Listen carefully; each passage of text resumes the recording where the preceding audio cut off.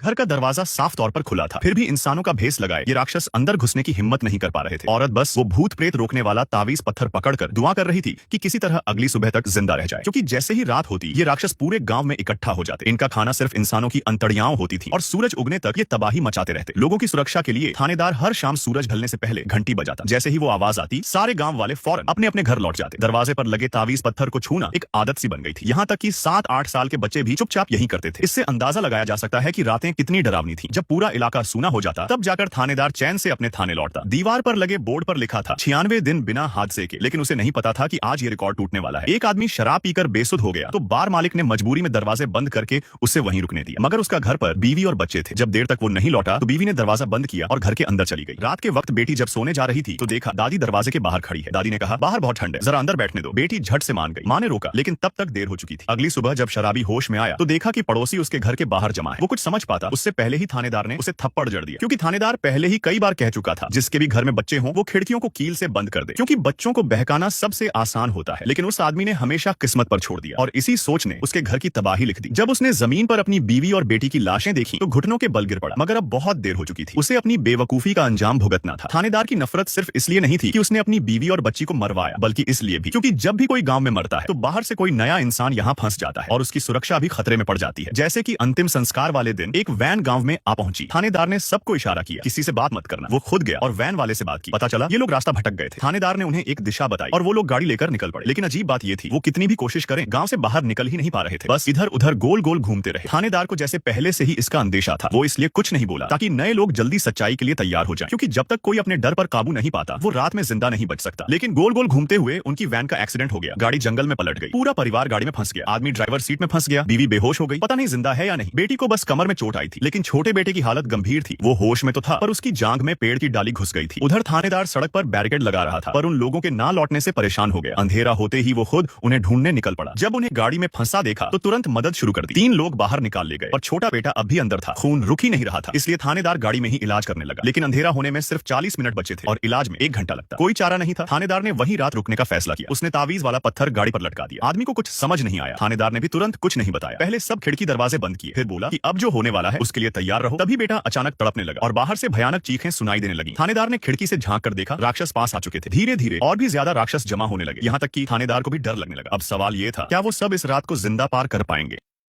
गाड़ी कब की खराब हो चुकी थी, लेकिन थानेदार बाहर निकलने की हिम्मत नहीं कर पाया, क्योंकि बाहर सब तरफ इंसानों के भेष में छिपे राक्षस थे। वो सिर्फ तावीज के भरोसे प्रार्थना कर रहा था कि सुबह तक जिंदा बच जाए। तभी गाड़ी के बाहर से अचानक चीखने की आवाज आई। ये राक्षसों की एक चाल थी इंसानों को फंसाने की। थानेदार झांसे में नहीं आया, मगर पहली बार इस गांव में आए जिम को लगा शायद मदद पहुंची है और वो दरवाजा खोलने के लिए आगे बढ़ा। ऑफिसर ने उसे रोक लिया और समझाया कि बाहर इंसान नहीं, मांस खाने वाले राक्षस हैं। अगर जिम चाहता है कि उसका बेटा सुरक्षित रहे तो उसे सुबह तक गाड़ी में ही रुकना होगा। जिम ने यह सुना और शांत हो गया। उसे नहीं पता था कि रेस्क्यू टीम के साथ गई उसकी पत्नी और बेटी मुसीबत में पड़ चुकी है, क्योंकि रेस्क्यू वैन रास्ते में खराब हो गई। सभी को पैदल ही सेफ हाउस की तरफ बढ़ना पड़ा, मगर अब रात हो चुकी थी और राक्षस चारों ओर थे। जब वो सेफ हाउस पहुंचे अंदर के लोगों ने उन्हें देखकर अलार्म बजा दिया। दरवाजा नहीं खोला गया, क्योंकि रात में कोई नहीं जानता कि बाहर से आने वाला इंसान है या राक्षस। उधर असली राक्षस चुपचाप सामने आ चुका था। एक लड़का अचानक जूली को नाम लेकर पुकारने लगा। जूली तुरंत सम्मोहित हो गई, लेकिन तभी डिप्टी ने गोली चला दी, पर राक्षस पर कोई असर नहीं हुआ। जैसे ही सबकी जान खतरे में आई, महिला नेता ने दरवाजा खोलने का आदेश दिया और उनकी जान बची, मगर अंदर आते ही मां बेटी को बांध दिया गया, क्योंकि हर नए आने वाले के साथ ऐसा ही होता है, जिससे कोई राक्षस उनके बीच न घुस सके। फिर दोनों को अलग अलग करके रखा गया। महिला नेता ने समझाया कि यहाँ हर कोई किसी हादसे में फंसा है और किस्मत से वे अब तक जिंदा हैं। कई लोग रात में यहाँ पहुंचे और बिना कुछ समझे ही राक्षसों का शिकार हो गए, मगर उस औरत की चिंता खुद के लिए नहीं, बल्कि अब भी वैन में फंसे पति और बेटे के लिए थी। उधर गाड़ी के बाहर की आवाजें अब भी जारी थी। राक्षस गाड़ी की छत तक पहुंच गए थे। अफसर ने सबको समझाया कि जब तक तावीज है वे अंदर नहीं आ सकते। डर मत फैलाओ, शांत रहो। धीरे धीरे बाहर शांति छा गई, मगर आधी रात को जिम उठकर तावीज हटाने लगा। डॉक्टर ने देखा और रोकने की कोशिश की, पर तब तक देर हो चुकी थी। लेकिन ये सब एक बुरा सपना था। रात सकुशल बीत गई और सुबह रेस्क्यू टीम आ पहुंची। सब ठीक देखकर सभी ने राहत की सांस ली। अब नए लोगों को 2 विकल्प दिए गए, या तो सेफ हाउस में रहें जहां सब साथ रहते हैं, या कस्बे के मकानों में। कस्बे में रहने के लिए हर शाम तावीज चेक करना होता है और जिनके पास बच्चे हैं उन्हें खिड़कियां बंद करनी पड़ती हैं, क्योंकि राक्षस अक्सर बच्चों को बहका देते हैं। यहाँ सजा का भी नियम है। अगर किसी की वजह से कोई मारा गया तो उसे 1 रात बिना तावीज तावीज के लोहे की कोठरी में रहना होगा, जो कि लगभग मौत का मतलब है। महिला ने पूछा, ये सजा पहले भी दी गई है क्या? पादरी ने कहा, आज पहली बार दी जाएगी। अब जिम के परिवार को रहने की जगह चुननी थी। सबको लगा चारों साथ रहेंगे, लेकिन बेटी ने अकेले सेफ हाउस चुना। शायद उसे लगा माँ बाप सिर्फ छोटे भाई से प्यार करते हैं, इसलिए उसने जिद पकड़ ली। माँ बाप ने बेटी को मनाने की कोशिश की, लेकिन अफसर ने बताया अब देर हो चुकी है, सबको अपने ठिकानों पर लौटना होगा। तसल्ली देने के लिए अफसर ने कहा कि उसका बेटा भी वहीं है और वो उसकी देखभाल करेगा। पादरी के निर्देश पर सभी चले गए और अब आई सजा की रात। एक आदमी जिसके वजह से उसकी पत्नी और बेटी की जान चली गई थी, उसे लोहे की कोठरी में बंद किया गया। अफसर ने 2 ताले और लगा दिए और दुआ की कि वो रात बच जाए, मगर दरवाजा बंद होते ही उसकी किस्मत भी तय हो गई। ये रात उसकी आखिरी साबित होने वाली थी।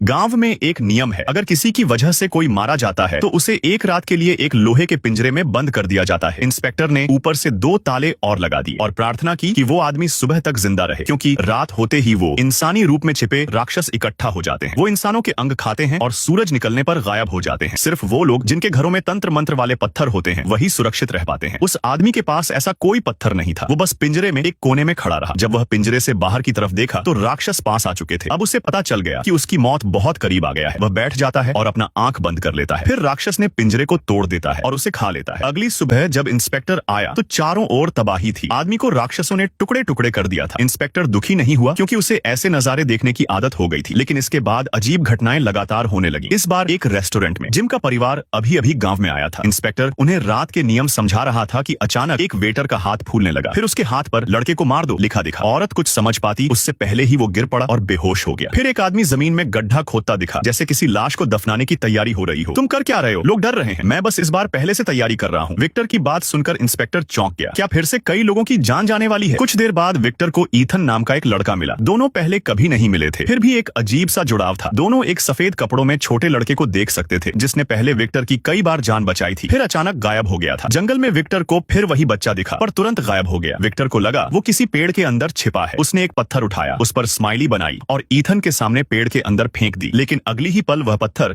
आसमान से गिरकर वापस आ गया। विक्टर ने कहा कि ऐसे पेड़ बहुत हैं, लेकिन ये पेड़ उसने पहले कभी नहीं देखा। तभी विक्टर को सिर में तेज दर्द हुआ। कुछ बुरा होने का एहसास हुआ। उसी वक्त जिम और उसकी पत्नी को पता चला कि उनका बेटा गायब है। वो दोनों उसे ढूंढने जंगल पहुंचे, लेकिन वहां उन्हें जंगली कुत्तों ने घेर लिया। तभी गोली चलती है। विक्टर और ईथन आ चुके थे। बेटे को सही सलामत देखकर दोनों राहत की सांस लेते हैं, पर उन्हें पता नहीं कि असली खतरा अब उनके बेटे के पास आ रहा है। घर लौटकर वो आराम नहीं करते, बल्कि गांव छोड़ने की योजना बनाते हैं। उन्होंने दीवार पर सारे सवाल लिख दिए, लेकिन अब तक उन्हें यह नहीं समझ आ रहा कि वे यहाँ क्यों हैं। उधर वेटर अब ठीक हो चुका था। डर के कारण उसने डॉक्टर को सच नहीं बताया। सारा नाम की वह वेटर चुपचाप एक मरीज के पास गई और उसकी गर्दन में चाकू घोंप दिया। फिर बड़बड़ाने लगी, जैसे किसी राक्षस से सौदा कर रही हो। थोड़ी देर में नर्स आई। उसने लाश देखी और डर कर भाग गई, लेकिन मुड़ते ही देखा कि दरवाजा खुला है और वो राक्षस अंदर आ चुके हैं। अगले दिन डिप्टी इंस्पेक्टर टीम लेकर पहुंचा। जमीन पर तंत्र पत्थर गिरा था। घर में सिर्फ मरीजों के टुकड़े बचे थे। नर्स भी मारी जा चुकी थी, पर किसी ने सोचा भी नहीं था कि ये सब करने वाला कोई आउटसाइडर नहीं, बल्कि अपना ही इंसान है। सारा अब डॉक्टर के घर पहुंच चुकी थी। उसे मारकर वो राक्षसों से किया सौदा पूरा करना चाहती थी, ताकि इस डरावनी जगह से निकल सके। उसे नहीं पता था कि राक्षसों के लिए वो भी सिर्फ एक मोहरा थी।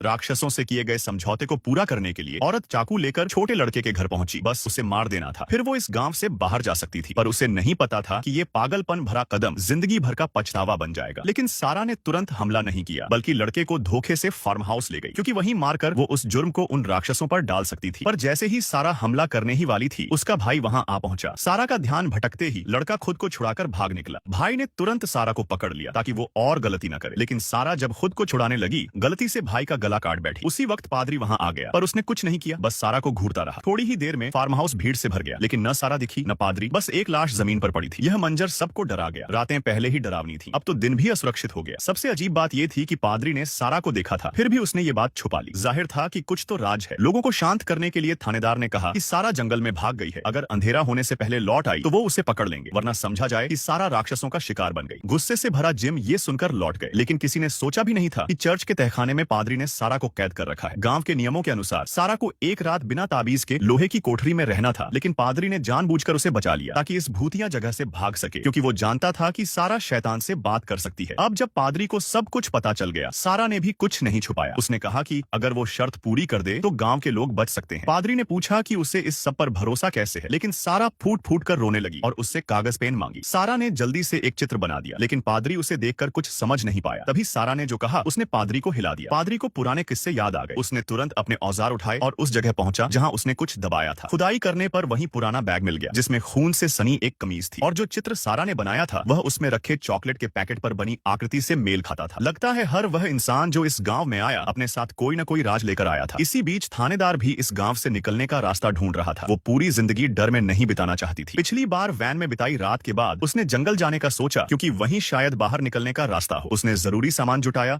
और जंगल की ओर निकलने की तैयारी की। आखिर जिन पत्थरों से राक्षस दूर रहते थे वो भी उसे जंगल से ही मिले। जाने से पहले उसने डिप्टी से कहा कि वो उसकी जगह संभाले, लेकिन डिप्टी ने मना कर दिया क्योंकि थानेदार ही सबका सहारा था। मजबूरी में थानेदार ने अपना एक राज बताया। उसे एक बीमारी हो गया है, हाथ पैर कांपने लगे हैं और जल्द ही वो बीमार पड़ जाएगा, फिर किसी की रक्षा नहीं कर पाएगा। इसलिए वो चाहता था कि जब तक समय है वो सबको इस जगह से बाहर निकालने का कोई तरीका ढूंढ ले। उसे ये नहीं पता था कि उसी समय इस डरावने गांव में एक नया आदमी आया है और शायद उसी के आने से सब कुछ बदलने वाला है।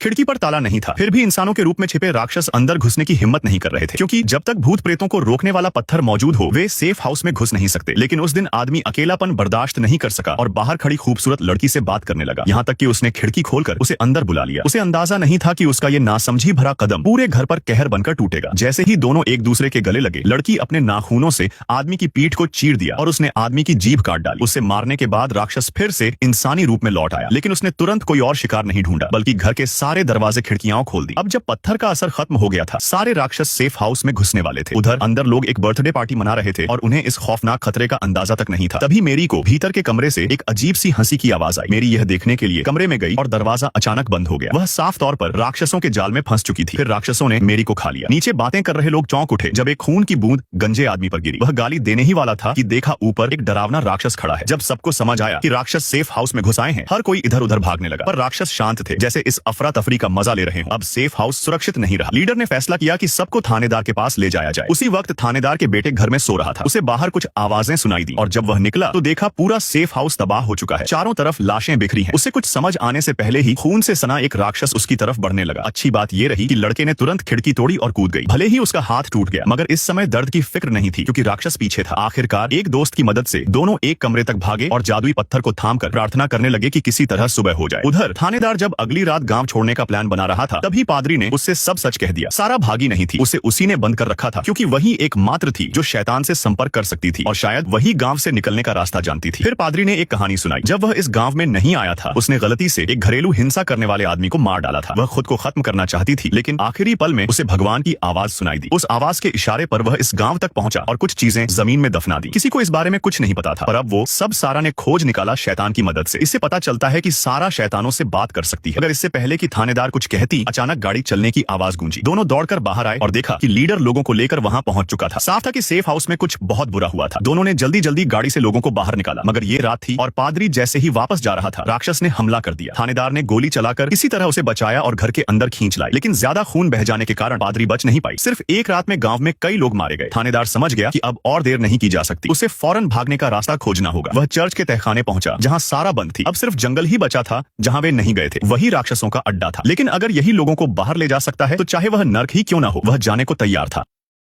जंगल में साफ था कि कोई नहीं था पर पेड़ों पर कांच की बोतलें टंगी थीं और जैसे ही थानेदार ने एक बोतल उतारनी चाही सारा अचानक दर्द से तड़प उठी और फिर बेहोश हो गई। कोई रास्ता न होते हुए थानेदार को वहीं रात बितानी पड़ी, लेकिन यह जंगल राक्षसों का अड्डा था। रात होते ही वे बाहर आकर इंसानों को खा जाते थे। थानेदार केवल भूत प्रेतों को दबाने वाले ताबीज पर भरोसा कर सकता था और प्रार्थना करता था कि वे सुबह तक जीवित रहें। इसी दौरान सारा अचानक जाग गई और देखा कि थानेदार ने एक बोतल उठा ली थी। उसके अंदर बस कुछ अजीब से नंबर थे जिनका मतलब वह नहीं समझ पाई, लेकिन सारा ने उन पर ध्यान नहीं दिया और बार बार थानेदार से वहां से जाने की जिद करने लगी क्योंकि इस बार हालात पहले से अलग थे। राक्षसों के अलावा बाहर कुछ और भी भयानक था। सारा की बात अभी पूरी भी नहीं हुई थी कि टेंट के बाहर कुछ अजीब सी आवाजें आने लगी। जमीन जोर जोर से हिलने लगी और दोनों खड़े भी नहीं हो पाए, लेकिन जल्द ही सब कुछ शांत हो गया। फिर भी थानेदार ने डील नहीं दी और जल्दी से ताबीज वापस टांग दिया, कहीं राक्षस हमला न कर दे। लेकिन अजीब बात यह थी कि बाहर रात होने के बावजूद रोशनी होने लगी थी। साफ था ये कोई आम लाइट नहीं थी, शायद यहाँ और भी इंसान मौजूद थे। सुबह होते ही थानेदार ने सुराग ढूंढने की सोची, लेकिन बाहर आते ही देखा कि चारों ओर मकड़ी की जाले फैले हुए थे। तभी पास से मदद की पुकार सुनाई दी। थानेदार भागा और जैसे ही पहुंचा वह हैरान रह गया। पुकारने वाली और कोई नहीं उसकी पत्नी थी। वह थानेदार की हाथ पकड़ के खींचने लगी। जैसे ही वह भागा आसपास अचानक बहुत सारे मकड़ियां निकल आईं। कुछ तो उसके ऊपर चढ़ गई। हालांकि अंत में वे मकड़ियां भाग गईं पर थानेदार को एक ने काट लिया। इसी समय कस्बे के बाकी लोग भी मेहनत में लगे थे। वे एक ऊंचा टावर बना रहे थे जिससे रेडियो सिग्नल मजबूत किया जा सके